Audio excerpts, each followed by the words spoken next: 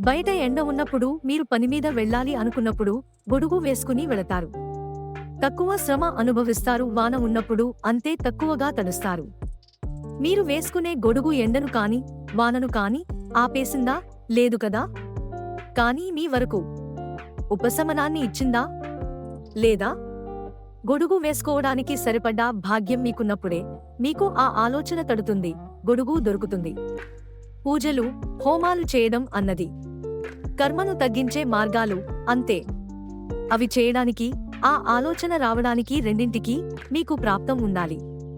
ఈ ప్రాప్తం భాగ్యం నుంచే వస్తుంది. కర్మ అనుభవించే తీరాలి, కాని ఎంత మోతాదులో? దీన్ని బట్టే మీకు పూజలు కాని అభిషేకాలు కాని చేస్తే వచ్చే ఫలితం ఉంటుంది. దేవునికి అన్నీ తెలుసు. ఆయన అన్నీ సరైన సమయంలోనే, సరైన మోతాదులోనే ఇస్తారు. మనకు అర్థం కాకపోవడం వల్లనే ఇలాంటి ఆలోచనలు వస్తాయి.